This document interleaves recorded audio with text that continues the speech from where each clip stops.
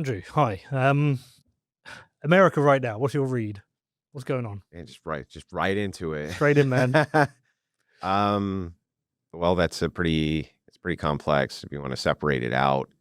Um, right now, there's a right-wing civil war that's going on based around policies of Donald Trump and the Iran conflict.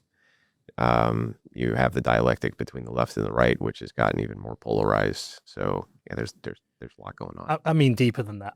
What does that mean? Like, I love American history, and there seems to have been periods in time where there've been a need for a big change in the country, whether it's you kicking us out or dealing with the issues of the slaves. And it just feels like at the moment, Maybe we America. shouldn't have kicked you out. Yeah, maybe. Maybe not.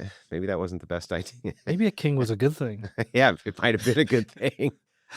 I just feel like I don't know. I feel like there's a fight for the soul of America right now. What it is a bit similar in the UK. Our country is so polarized right now. It's you're either a communist or a fascist. That's it. They're the two choices you've got. And it feels like the next election is like an existential fight. I feel like it's similar here. And neither side is actually either of those things. No. Yeah. So, which camp do you fall under? Would they call you the fascist or would they call you the communist? They'll call me the fascist, but I don't vote. I kind of tend towards I say libertarian, but not in a like utopian sense. I just want smaller government. I just hate the government. So yeah, because I want smaller government, I'm probably more conservative and traditional and like marriage and children and family. So I'm a fascist. Well, you have a lot of reason to hate your government, like especially post Brexit, where they didn't actually exit. They didn't do They didn't do anything. they didn't do anything. No, they didn't. I would be pretty pissed off if I were you too. Yeah. Yeah, but I mean it's getting terrible now in the UK. Londonistan. That's what some people call it. I mean it's what 37% native whites now. So it's changed a lot. But London's actually still a great city. I'm more worried about the economics of the country. You can fix the immigration problem. If you don't fix the economics, we're truly screwed. And I think that's a similar problem here. You think so? Yeah, I do. I think a lot of the problems are downstream of corrupt government finding a way to steal your money all the time. Well, I mean, that's true.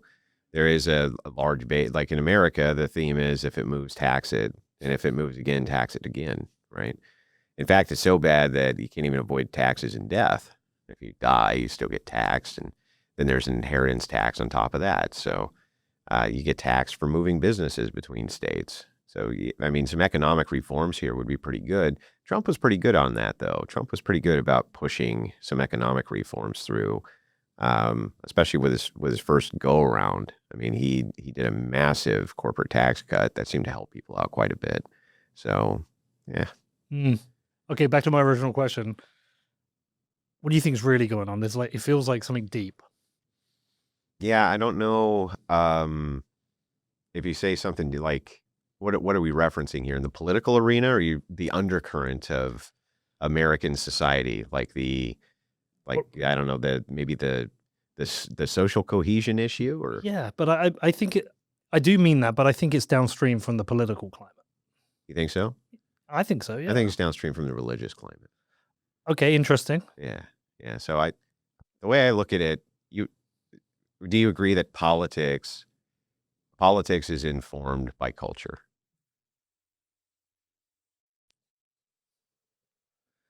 Not always. I think perhaps politics can. Yeah, no, they can adopt culture and. Yeah, I mean, it at least informs it. Yeah. Right. Not saying that. Well, I mean, actually, I guess I am kind of saying that. Politics is basically if it's downstream of culture. What's culture downstream of? Well, culture is downstream of theology. Theology is what informs culture. So in your country, the Anglican Church, for instance, was a big part of the fabric of the nation. Before that, the Catholic Church. Most of the institutionalized morality and ethics that guide the British people came from the Catholic and later Anglican Church. And it's still a staple there. It's still a Christian nation. Mm-hmm. When you grew up in what you perceived as being a Christian nation, right? For sure. So that informed the entire culture. The reason when come in, it causes so much problems is because their culture is also downwind of their theology, and their theology is not very good. And so since it's not very good, they create really trash cultures. And so they try to blend that culture with yours, and it ends up destroying the culture that you're in. The same exact thing is happening here, but here it's a little bit different. It is true that we have a mass migration issue just like you do in London. But the main problem here is that you have a theological breakdown. So we have one of the most dangerous theologies, kind of theological pressings, which is Christian Zionism. That's a huge issue in the United States. It's a huge issue in your country. And that's a perversion of Christianity. And it's perverse and started only in the last 100 years. Before that, it didn't even exist. So those are the issues, I think, that really tear the entirety of the culture down, is the theological destruction, not the government. The government is, in democracy, your government's a reflection of you, right? Well, look in the mirror. It doesn't look very good, does it? Doesn't look very good. So, well, you put them there, right? Well, so what's interesting about it is, like, why do we put perverse people in positions of authority and positions of power and things like this? Well, it's because our ethical system has become perverse. That's what I think the issue is. So, okay, so it's a drift from religion. And when you talk about the culture, Well, hang on. It's not just religion. Think of a society or a culture as like an entire block, right? In order to make a culture work, there has to be a shared value set, or it can't work. So I can't live next to, like, cannibals, right? That's not going to work. And you can't live inside of societies and social orders where you don't have some sort of shared value, some sort of shared ethical foundation. You have to have that. That's important. The pagans had it. The Romans had it, who were predominantly pagans, right? People have it. The Muslims have it. The list goes on and on and on. There has to be some sort of shared value set, because otherwise you can't even do anything. You can't do business.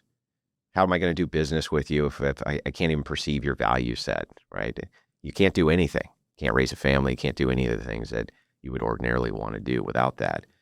So if that breaks down, or the thing that you're appealing to is being destroyed, that is going to affect the entirety of the culture, and that's where you're going to get your corrupt government.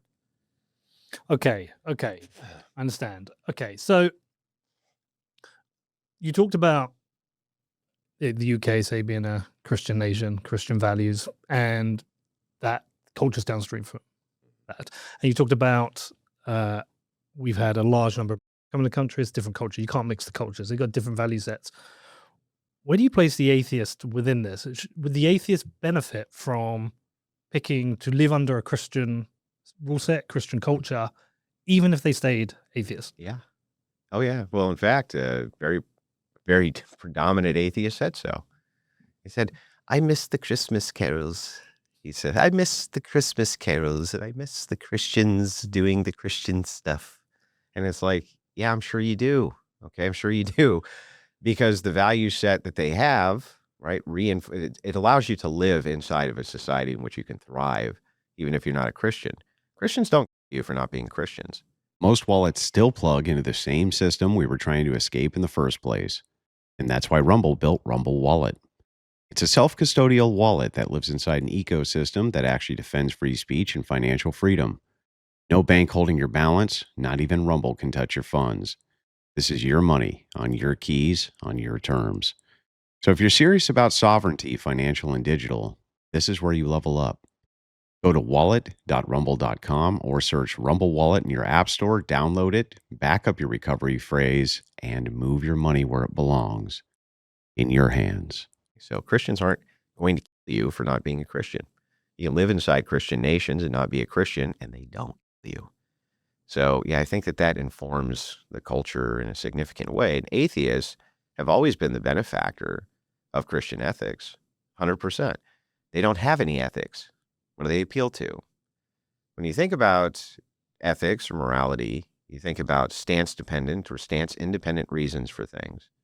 An atheist always has a stance-dependent reason. This is moral or good because of how I feel about it. my stance on it. Now, think about a stance independent reason. That would be some reason absent you, or a mind maybe, that you would claim this is in some way a moral fact outside of myself. Well, Christians are appealing to that, and that's unchanging. So if that's unchanging, then you always know where you're going to stand when it comes to Christianity, right? And so those universals create stability. So even pragmatically, even if you don't believe in Christianity or the Christian God, pragmatically, you should still probably support Christianity, because most atheists seem to benefit greatly from the ethical system of Christians. Where does the authority come from in this? Does it come from the Bible? Well, let's start by breaking this down. By the way, I'm a Catholic, Mhm. but I'm not really a practicing. But I've definitely over the last 2 to 3 years felt a real drawback to Good. Christianity. Good. I've been looking for something. Yeah. Roman Catholicism draws authority somewhat similarly to the Orthodox, which is what I am. Orthodox is set up with a synod of bishops, okay, and they're the church authority. The Catholic Church, Roman Catholic Church, they have a pope, and the pope is, you could say, is the church, or at least you would say the head of the church. I would say that particular figure is basically the authority of the church, the ultimate authority of the church. They would say Jesus Christ, Roman Catholics, which I would concede the point. I'm just talking in material terms. So they draw their authority from not just the church, but from the Bible and then from tradition, the same as the Orthodox. The distinction is the Orthodox don't change the tradition. Catholics often do, because they have popes. So that's the distinction, but that's where they would draw their authority from. So that would be baked into their meta-ethical view. So if you're asking about the framing, the meta-ethics, how does, that's just asking, like, how do these ethics work? That's how they work. But there's no ambiguity if you are Orthodox Christian. What do you mean by Little ambiguity of where your moral line should be, because it's derived from the Bible. Well, I mean, it's an impossibility to know the answer to, like, every moral Yeah, of course. conundrum or question which would ever come up. But there's a good base set of... Yeah, there's the primary things which would inform it, you wouldn't normally be confused about, right? There may be some ethical dilemmas which would be difficult to navigate, but that really has no bearing on whether or not the ethical system itself is good or not. Right. Out of interest, have you always been religious, deeply religious? Or have you come to it in a certain way? I always believed in God, and I always described myself as a Christian, but it was only later in life that I realized I didn't know about my own. I'll tell you what happened. Yeah. I was talking to a friend of mine, and we were on the topic of Christianity, and he was talking about a book in the New Testament I wasn't very familiar with. And he was like, "You don't know that?" I said, "No." "Let me ask you a question, man." He said, is your faith the most important thing in life to you? And I said, yeah, I think it is. He said, "How come you don't know anything about it?" That really pissed me off. Not because he was wrong. It pissed me off because he was right. He was 100% right. That did seem very strange that I always had identified as a Christian, definitely had faith, but didn't know anything about my own religion. Didn't know church history. I didn't really know very much about it at all. Thought I knew it, right? But I really didn't know much at all. And so I decided to go find out. When was this? Go learn. It's about 5 years ago. Yeah. So there's a whole period of time about maybe six years ago. I've listened to a couple of your interviews. I listened to you on Rogan. I listened to your Trig show recently. Like, I'm aware of the journey, right? The COVID lockdowns, debating crazy people online. Yeah. And then, but I assumed this religious moment was around the same time. It started before the COVID lockdowns did. Okay. It started before that. The the issue came into place. Like I didn't know where to start. That's why I don't know where to start. Yeah, where do you even begin? So I went on, like everyone else, I went online and started listening, podcasts, things like this. And it was actually my wife. She was the one who turned me on to orthodoxy. And first thing I said is like, that's heretical, crazy cult stuff.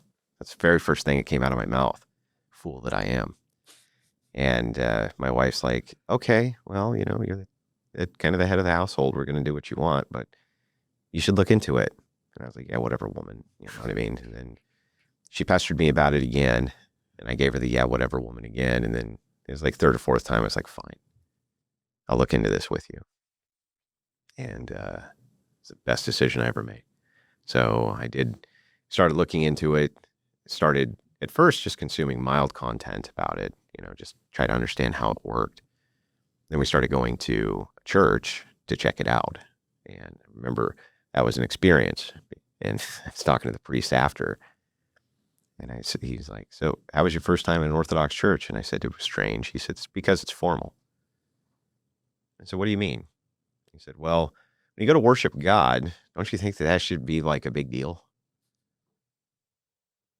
That's a pretty good point. He's like, and isn't it kind of embarrassing when people flail their hands and make it very performative and make it kind of more about them and look at me than about the actual worship, ritualistic worship of the creator of the universe? I thought, that's a really good point too, right? Like you're selling me here.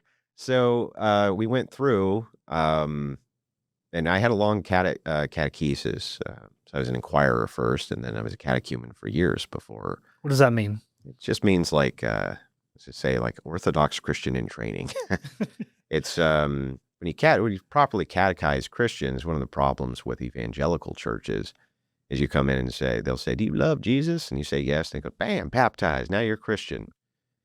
Well, you got a problem there, which is that's the creation of a heresy machine. So if you're not familiar with the dogma, or you don't understand the ins and outs of the religion, I'm not saying you have to have like large expertise, but you should at least understand what you're agreeing to, right? Yeah. But they don't. They mostly don't. And so what a catechesis is, you'll see this in Protestant high church. High church would be something more akin to what the sacramental Catholic or Orthodox church, let's say. Let's call a high church. Or the Catholics or the Orthodox, they will they'll take on a catechumen, and essentially what they're doing is they're making sure that they understand not only what they're agreeing to, but what the dogma is before they agree to it. And I think that that's missing in Protestant church. I think it's a big problem. So when you think, I know I've heard you explain yourself as a Christian nationalist. You want to... Yeah, or Christian populist is probably better. I think the Christian nationalist is pretty clickbaity. People just like the bait, But I think Christian populist actually captures it better. Are you considering this as like a soft theocracy? No, it doesn't need to be a theocracy at all. The proposition of Christian nationalism is not a push towards a theocratic state. It never has been. There are some Christian nationalists, I'm sure, who would prefer theocracy, but it's an unnecessary component. The entirety of the proposition is that Christians should embody all aspects, dominate culture, government, right, and institutional power. That's the idea of Christian nationalism. Not that you have to radically change things into a theocracy. That's like unnecessary. Like a spine through everything. Yes, it's the glue. Yeah. So when you think about a culture, if you think about different forms of nationalism, civic nationalism, cultural nationalism, ethnic nationalism, these are your three keys. Civic nationalism kind of fails in the way that they kind of believe in magic dirt theory, the idea that if you come in and you adopt just kind of like the similar worldviews of whatever the current glue is, then, hey, you're part of us now. That's great. Problem is that people have radically different views and they tend to subvert cultures. So bringing in a lot of people into your culture who don't agree with your cultural standards usually change your culture, as you're seeing in the UK. That's a big problem with civic nationalism. It's a big hole that happens. Now, that's not the entirety of the view, but it's a big hole in the view. Now, ethno-nationalism gets a little bit better. So they're saying, like, look, we agree there needs to be some kind of glue, and we think that glue is race. And if everybody's the same race or it's dominated by the same race, you're going to get a lot more cultural cohesion. Now, there's some truth in that, right? If you have a racially homogenous group in a nation, they actually do tend to get along better than if you have mixed racial demographics in large percentages in nations. That's factually correct. To scream racism or whatever you want, I'm just giving you the facts. Cultural nationalism is looking at the problem in a more holistic way. It's saying that culture has underpinnings of glue which hold it all together. Now, race alone, that's not what holds the culture together. Maybe it helps. Maybe it helps that everybody is homogenous. I think certainly, but the value underpinning seems to be the like reinforced glue. That there's some sort of shared value structure there. An example in the United States might be something you'd point to that's easy from the civic nationalist perspective is patriotism. When I was growing up, people were pretty patriotic. We said the Pledge of Allegiance, things like this. You were pretty patriotic. When 9/11 hit, the recruiters off station had soldiers, going a mile for people to get in because they were going to go the shit out of whoever the hell attacked us. That's a very American kind of thing, a very American type of glue, the patriotism. Well, there's something to be said about that acting as a glue. Now, it's not the whole of the glue that holds society together, right? But it's a piece of it. And so when you start taking all of those pieces and you start taking them out one at a time, the whole thing caves in, right? So what is the underpinnings that allows all of these more micro pieces like patriotism, family value, not polygamy, but instead, a single wife for a single man, right? The idea of families need to be raised by their parents, things like this. The underpinnings there are all one thing, Christianity. So all of that informs all of these other things. So Christian nationalism is a cultural nationalistic viewpoint and lens in which to view society as a whole and then identify problems within it. And usually the problems that you identify is when you start moving away from the ethical purview. And so that's the guideline to do that. And do you find like I've been finding in the UK, there's almost been, I feel like an attack on religion for a good 10 to 15 years. Longer than that. Well, yeah, I mean, but I think a more recent, like political attack on Christianity. But I feel like certainly in the UK that all the kind of hopes and dreams that have come from the lives that we should have and what technology will bring and what culture will bring and this, it's just not happened. We have a very angry and upset nation at the moment. I think our country's depressed. Do you think Christianity is something that can bring people back? Do you think it's people looking for that, filling that hole in their life? Not only are they looking for it, but I'll tell you the thing specifically within it that they want the worst. And this is the quiet part out loud. Christian atheism and secularists, they cannot produce this single result, which is what really the key is, which is community. They can't reproduce community. They try all sorts of different things through community organizing or some value set that you can strive towards, things like this. But the church itself and churches themselves, they act as a strengthening bond in communities. So if you're heavily religious, you're heavily Christian. And what I mean by that is you don't just go a lot, but you partake in sacraments and you're heavily involved in your community itself. Your divorce rates, they plummet, right? Generally, your satisfaction levels go up. These things go up. Well, why? It's because you have a massive community support network. Huge community support network. You have the entirety of a church behind you, man. Like, they're rooting for you. They're there for you. They're like, man, we really want you to do well in life. We want your marriage to stay together. We're going to help you out. We're going to make sure that, your wife gets the proper counseling, or that if you guys are having marriage troubles, that we can really sort this out. They're there for you, right? That's the whole point. Like they're rooting for you. Where the hell else does that happen? What institution's ever rooting for you, man? Yeah. Yeah, I know.